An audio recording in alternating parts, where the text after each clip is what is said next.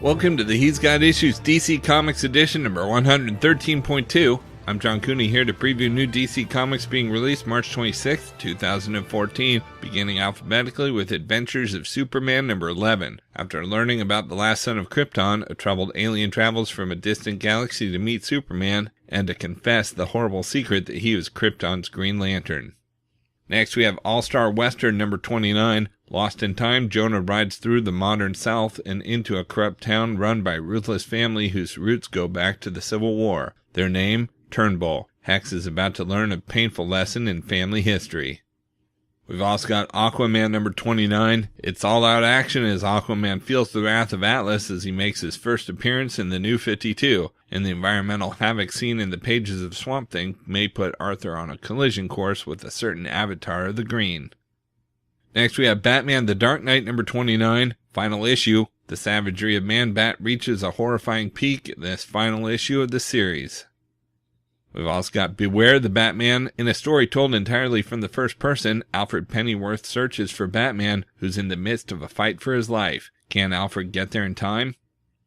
Next we have Catwoman number 29. Catwoman is tired of slumming it, so she's making her bid for high society. There she'll find her greatest challenge yet, proving herself the best thief in the world. The race of outlaws starts here. We've also got DC Universe versus the Masters of the Universe number 6 of 6. Final issue. It's all-out action as the heroes of the DC Universe and the Masters of the Universe join forces to battle Skeletor and his mysterious Dark Master, with the fate of two worlds hanging in the balance.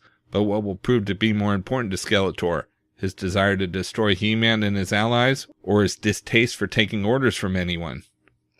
Next we have Dead Boy Detectives number 4. Were Charles and Edwin total fools when they followed Crystal back to their hellish alma mater, St. Helens, to investigate their own murders? All they've done is put Crystal in danger of having her soul stripped out of her by the demon-possessed Master Nath. If the boys fail to rescue her, all three of them will burn. We've also got Fables number 139. In part 1 of the two-part The Boys and the Band, we return to some Scottish roots. So why are Peter Piper, John Shepherd, Puss in Boots, and Briar Rose all on their way to Scotland? Well, the band has to stick together, of course. When Danny Boy shows up at the farm to tell Seamus it's time to return home, the group sets off on their journey across the ocean. An evil Scottish villain is introduced, and a bloody battle ensues that may mean the loss of one of our favorite feline fables. Plus, don't miss this issue's debut of sensational new cover artist Nimit Malavia. Next we have The Flash number 29. The Flash faces the final battle against the Central City Killer, but will he learn the truth behind the murder of Barry Allen's mother? Only Deadman can help solve this mystery. We've also got Forever Evil A.R.G.U.S number 6 of 6, the grand finale of Steve Trevor's bid to save the Justice League. How can one man turn the tide against the crime syndicate? It all leads into Forever Evil number 7. Next we have Forever Evil Rogues Rebellion number 6 of 6. The Rogues battle to full strength as they play out a crucial role in the carnage that awaits them in Forever Evil number 7. How can these blue-collar criminals defeat the crime syndicate? We've also got He-Man and the Masters of the Universe number 11. Deep within the realm of Subternia, then reeling from a shocking loss and shattering betrayal, He-Man is overcome and taken prisoner by a surprising enemy. The quest is abandoned and He-Man separated from his allies. He's about to be made a sacrifice in his adversary's plan to claim all Eternia. Next we have Injustice Year 2 number 3. Superman's increasing hold over the Earth has concerned the Guardians of the Universe, and with Hal Jordan believing in Superman's world vision, his allegiance to the Green Lantern Corps is being tested. So under the direction of the Guardians, 2 more Lanterns, Guy Gardner and John Stewart, are sent on a diplomatic mission to Earth to see the effect of Superman's rule. We've also got Justice League Dark number 29, Forever Evil Blight, Conclusion. Witness the self-destruction of John Constantine, who might just be more vile than any of the villains in Forever Evil. Next we have Larfleeze number 9. Larfleeze must decide what's more important, the orange light or his life, when he finds out the source of his power is killing him. We've also got Red Lanterns number 29. The Reds have found their newest recruit, Supergirl. Guy Gardner is hardly equipped to handle a teenage Kryptonian Red Lantern, so he heads for Earth to hand her off to her cousin, Superman. But Superman is unimpressed by Guy's leadership skills or lack thereof. Next we have Sandman Overture number 2 of 6. The Sandman's epic origin story continues in this second issue of the new miniseries by the superstar team of writer Neil Gaiman and artist J.H. Williams III, in which Daniel enters Matt Hetty's dream and Morpheus discovers why he's been summoned and what he's been summoned to do. We've also got Suicide Squad Amanda Waller number 1 one-shot. As head of both Suicide Squad and Argus, Amanda Waller has made a lot of enemies over the years, and now without either of those groups at her disposal, one of those enemies has come to kill her. She must stop him all by herself or die trying. Next we have Superman number 29. Superman and Starfire must deal with a cache of deadly alien weapons and its horrifying impact on the innocents who find them. But first, these two heroes will have to stop fighting each other before someone ends up dead. We've also got Talon number 17, final issue. Calvin Rose and Anya must defeat Lord Deathman, but there's another Master of Death in the mix, the key to LDM's plans, Dr. Dark. Will Calvin Rose finally be resurrected, or will the Talon succumb to eternal death?